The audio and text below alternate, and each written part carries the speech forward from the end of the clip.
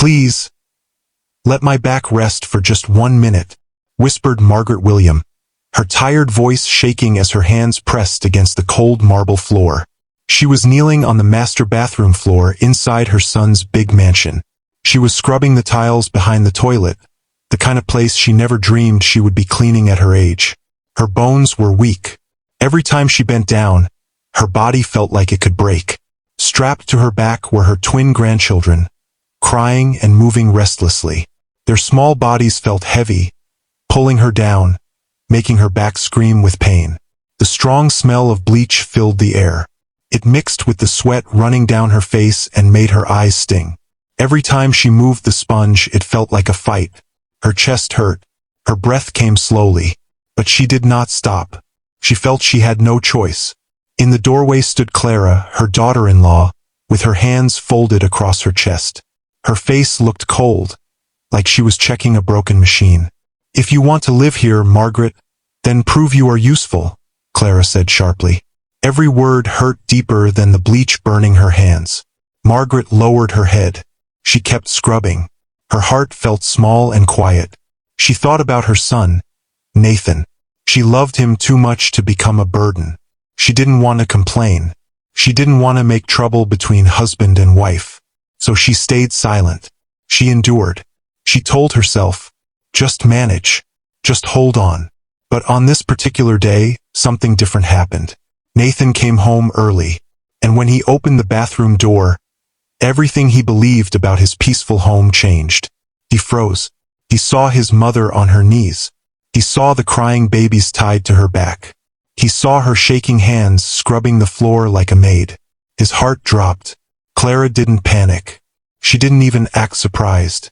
Instead, she calmly fixed her blouse and stood straighter, as if nothing serious was happening. "I was just trying to help," Clara said smoothly. Her voice sounded sweet. Too sweet, like she had practiced that tone many times. Nathan didn't answer immediately. Something new came into his eyes. Something sharp. Something that made Clara's smile weaken. Margaret tried to stand up, but her knees failed. Her legs shook badly and she almost fell. Nathan rushed forward and caught her hands. He was shocked at how light she felt, how weak she had become. "Mom, did you choose to do this?" he asked softly. Margaret opened her mouth, but the words refused to come out. She was afraid. Afraid of breaking his marriage. Afraid of causing fight in the house. Afraid of being pushed out. So only a small breath escaped. Clara quickly stepped forward. "She likes to stay busy," Clara said gently. She said cleaning makes her feel important. But her eyes told another story. There was irritation there. Annoyance. No respect. Nathan noticed it for the first time. He remembered nights he came back and saw his mother sitting quietly, her legs swollen, her face tired. She always said, "I'm fine. Don't worry." And he believed her because believing was easier. But now, in that bathroom full of bleach and shame, he finally saw the truth. This was not love. This was not help. This was work forced on a tired old woman. Margaret's shoulders trembled as she tried to sit up straight. Her heart pounded. She wished she could disappear. Nathan swallowed hard. Guilt filled his chest. He realized his mother had been suffering right inside his house, and he never noticed. Later, Margaret sat quietly on the edge of the bed. Her palms rested on her faded dress, trying to control the shaking moving through her hands and body, trying to quiet the trembling that still rippled through her body. The twins were finally off her back. Their little bodies had been pressing on her shoulders all day, and the straps had cut into her skin like small ropes. Now they were lying in a small makeshift crib near the bed, sleeping quietly. Their tiny chests moved up and down, soft and gentle, like little waves on water. For a short moment, Margaret William closed her eyes. The room was quiet, but not the good kind of quiet. It was the kind of silence that carried pain. The kind that reminded her how much she had been holding inside. Outside the door, she heard footsteps. Heavy, slow, uneven. Those were the footsteps of her son, Nathan. A man whose world had just been shaken. His voice came next. It was usually warm and gentle, but now it sounded different. There was a hard edge in it, like iron. Margaret's heart squeezed. She stood up slowly. Every movement sent sharp pain up her back, but she forced herself to walk to the doorway. When she reached it, she saw him. Nathan stood there, stiff, shocked, hurt. His face was pale, and his eyes were full of questions and anger. Not wild anger, but deep anger. The kind that comes when someone realizes something has been wrong for a long time. Across from him stood Clara. Arms folded, chin lifted high, acting as if nothing serious was happening. "Enough games," Nathan said quietly. "Tell me the truth. Since when have you been asking my mother to do all this?" Clara gave a small laugh and flipped her hair. "Asking? Nathan, she likes it. She said she wanted to help." But Nathan was no longer looking at Clara. His eyes turned to his mother. "Mom," he said softly, "please, I need to know." Something twisted inside Margaret's chest. All this time she had stayed silent. She believed silence would keep peace in the house. She thought, if I complain, they will fight. If I talk, I will be the problem. So she carried everything alone. But now, looking into her son's eyes, she did not see a grown man. She saw that same little boy who used to hold her hand tightly when they walked home from school. The boy who trusted her with his whole heart. And something inside her broke open. "Nathan," her voice shook. "I didn't want to worry you." Nathan's breath caught. Clara's face changed, fear flashed, then vanished. Margaret looked down at her old hands. Hands that had cooked. Hands that had washed. Hands that had wiped tears. Hands that had worked all her life so her son could have a better one. And then she said the truth she had carried like a heavy stone inside her heart. "I stayed quiet because I didn't want to be a burden. I just wanted your family to stay together, even if it cost me." The words fell into the room like stones dropped into water. Nathan felt the ground shift under him. His jaw tightened, not at his mother, but at himself. How many times had he walked past her without truly seeing her?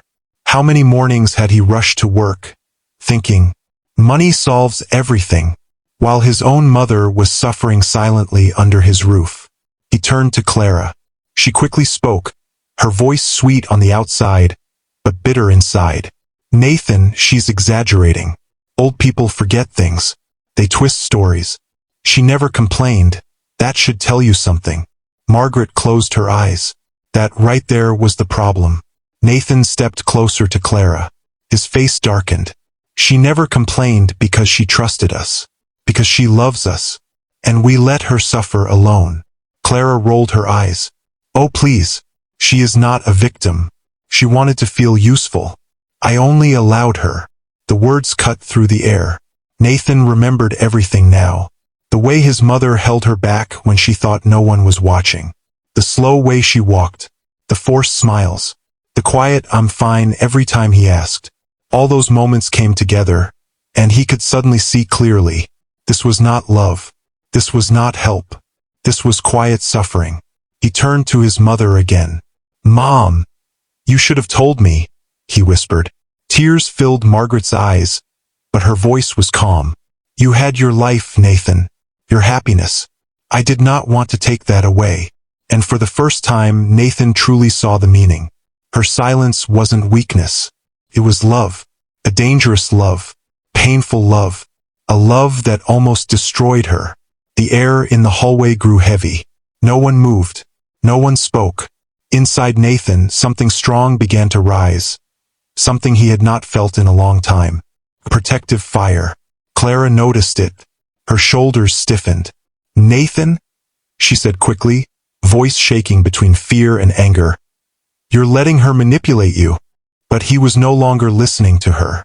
He was thinking about all the times he had missed the signs. The tired eyes. The bruises on her arms from lifting heavy things. The way she would stand up quickly whenever he entered, scared to be seen resting. Everything suddenly made sense, and the realization felt bitter. Margaret tried to quietly step back into her room, ashamed that telling the truth had brought this storm. But Nathan gently took her arm. "Stay," he said softly. "No more hiding." Clara scoffed, her calm mask breaking at last. So now she's the saint and I'm the monster? She laughed harshly. Don't be silly, Nathan. She chose to help. She begged to help. Nathan turned toward her slowly. His eyes were cold, clear, serious. Clara swallowed. No, he said quietly. She begged not to be a burden. Margaret gasped softly. Clara's face twisted, but Nathan didn't move. He finally understood. Their peaceful life had been fake, built on his mother's pain, silence, and fear. He stepped in front of Margaret, like a shield. This ends now, Clara, he said gently but firmly. All of it. In that moment, something cracked inside their marriage. A deep line that could never fully close again. Clara's lips curved into a bitter smile. No more pretending. No more sweet voice. She stared at him with cold eyes and said, You think you're some hero now, Nathan? All because your mother pretends to be fragile. Her voice became sharp, cutting through the room like broken glass. She has been doing chores all her life. Why should it be any different here? Margaret William flinched, as if someone had slapped her. Nathan's jaw tightened. Because this is her home, he said slowly with calm strength. Not a place for her to be used. Clara gave a cold laugh. Home? Nathan, open your eyes. She doesn't belong here. She never did. She's slow, clumsy, always in the way. My friends laugh every time she walks in. I'm the one who has to carry the shame you refuse to see. Margaret's breathing shook. Tears wanted to fall, but she held them back. Years of suffering had trained her to stay strong. Nathan felt something snap inside him, quietly but surely. So that's what this is about, he said. Image, pride, appearance. Clara lifted her chin proudly. Somebody has to maintain standards in this house. And she pointed at Margaret with pure disrespect, was dragging everything down. Silence filled the hallway. A heavy silence. A silence louder than shouting. Margaret did not look angry. She looked tired, like someone who had been called less her entire life. Nathan saw the wound behind her eyes. A wound older than this house. Older than Clara. A wound built over years of being ignored. He turned slowly to Clara. You didn't just mistreat her, he said quietly. You removed her dignity. Clara rolled her eyes, but fear flashed quickly across her face. And you think I'm going to stand beside you after that? The space between them felt like ice. For the first time, Clara realized something. She was losing, not because of Margaret, but because the truth finally had a voice. Nathan took a breath. His chest felt tight. Everything he had learned in the last few minutes had stabbed deep inside him. He looked at Clara again and saw a stranger. A woman who slept in his bed, lived in his house, carried his children, but had no kindness for the woman who raised him. Clara felt the shift and stepped closer. Nathan, don't do this. You're acting emotional. Think about the twins. Think about our life. Our life? He repeated, almost laughing, but without joy. What life? The life built on my mother's pain. Clara's face stiffened. She's exaggerating, she said. She always wants to feel important. She puts herself everywhere. You know how she is. Nathan cut her off. She was breaking, Clara, and you watched. You allowed it. You made it worse. He remembered everything now. Seeing Margaret sleeping sitting up, knees swollen, smelling cleaning chemicals on her hands. Hearing her whisper, I'm fine. Even when her voice shook, he didn't see it before. But now the truth was clear, and he could never unsee it. Standing behind him, Margaret felt guilt rise in her chest. Nathan, I didn't tell you because I didn't want to destroy your happiness. You finally had a family. Nathan turned, softer than he had ever been. Mom, what kind of happiness is real, if it needs your pain to exist? Clara's eyes widened. So you're choosing her over me? Nathan's answer landed heavy. She chose me every day of her life, even when it cost her. Clara stepped back, shaking. You, Clara, chose selfishness. You chose cruelty. A tear slid down Margaret's cheek. But this tear wasn't shame. It was relief. Nathan rested his hand gently on his mother's shoulder. "From today," he said quietly, "no one hurts her again." The atmosphere changed. For the first time, the house did not feel like a prison. It felt like truth was finally walking in. Clara stood in the hallway, frozen. The confidence she always carried disappeared. Fear slowly replaced it. Not because she felt sorry, but because she realized she was losing control. Suddenly, 3 loud knocks hit the front gate. The sound traveled through the mansion like thunder. Margaret froze. Nathan stiffened. Clara's face went pale. "Who's there at this hour?" she whispered, already scared of the answer. Nathan closed his eyes for a moment. Then he said quietly, "This is the beginning of the consequences." He walked toward the door. Every step sounded firm and sure. Margaret leaned against the wall. Her heart beat fast, not from fear, but from something unfamiliar. Hope. Nathan opened the gate. 2 men stood there. One wore a dark suit and carried a folder. The other wore a police uniform. The man in the suit spoke first. "Mr. Nathan William?" "Yes. I'm attorney Gabriel Costa. This is Captain Almeida. We are here because of a formal complaint." Behind Nathan, Clara shouted, "Complaint about what? This is crazy." The officer looked at her. "Mistreatment of an elderly woman. Exploitation. Psychological abuse." Clara stumbled backward. "No, this is a mistake. She's lying. That old woman."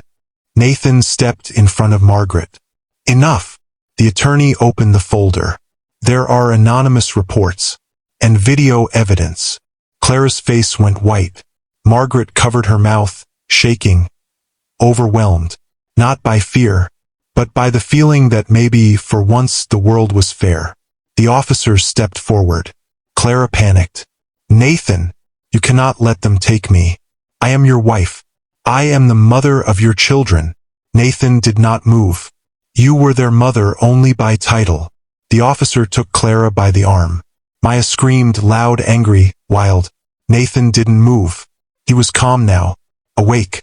"Think about our family," Clara cried. "Think about the twins. You cannot do this." He gently pulled his arm away from her grip. "You did this to yourself." Clara's pride shattered. "You're choosing her over me, a woman who has done nothing but carry this house." Behind him, Margaret flinched at the word burden. Nathan turned. "She is my mother, and she has never been a burden. Not one day." The officers closed in. Clara pressed against the wall. "This is madness. Everything I did for this house. I kept things perfect while she..." Nathan stepped forward. "You kept the house beautiful, but inside you planted poison. And I allowed it because I refused to see." Margaret's eyes filled with quiet tears. The attorney closed the folder. "Mrs. Clara William, please come with us." Clara struggled. "Nathan, you will regret this. You need me. You think you can do this without..." He looked straight at her. "I don't need anyone who destroys the people I love." The door shut loudly behind her. Silence filled the house. But this silence was different. Not heavy. Not painful. Calm. Nathan turned to his mother. She was shaking but finally breathing easier. He helped her to the couch with gentle hands.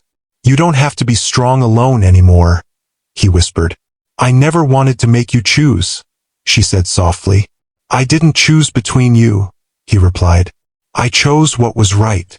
The twins slept peacefully, unaware of the storm.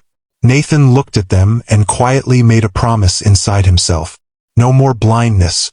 No more silence. No more letting love suffer quietly. He brought Margaret warm water. "You are different today," she said. "I should have been different long ago." She rested her head on his shoulder. The house felt warm. For the first time in a long time. Days passed slowly. The house learned peace again. Margaret walked in the garden with her cane. The sun touched her face gently. She felt alive again, wanted again, loved again. Nathan stayed home, sat with her, ate breakfast with her, watched the twins play while she hummed an old song from his childhood. He realized something. This was the life he almost lost. Not because of destiny, but because he did not pay attention. He held her hand. I see you now, Mom. She smiled. That is all I ever wanted. Because sometimes the people who love us the most suffer quietly. Not because they are weak, but because they love too much. Love without attention becomes invisible. And invisible pain hurts the deepest. So look closer. Listen better. Ask questions. Because the ones who stay silent are often the ones who need us most. If you were in Margaret's place, would you stay silent or speak? And if you were Nathan, would you see the truth? Tell me in the comments. And if the story touched you, like, share and subscribe.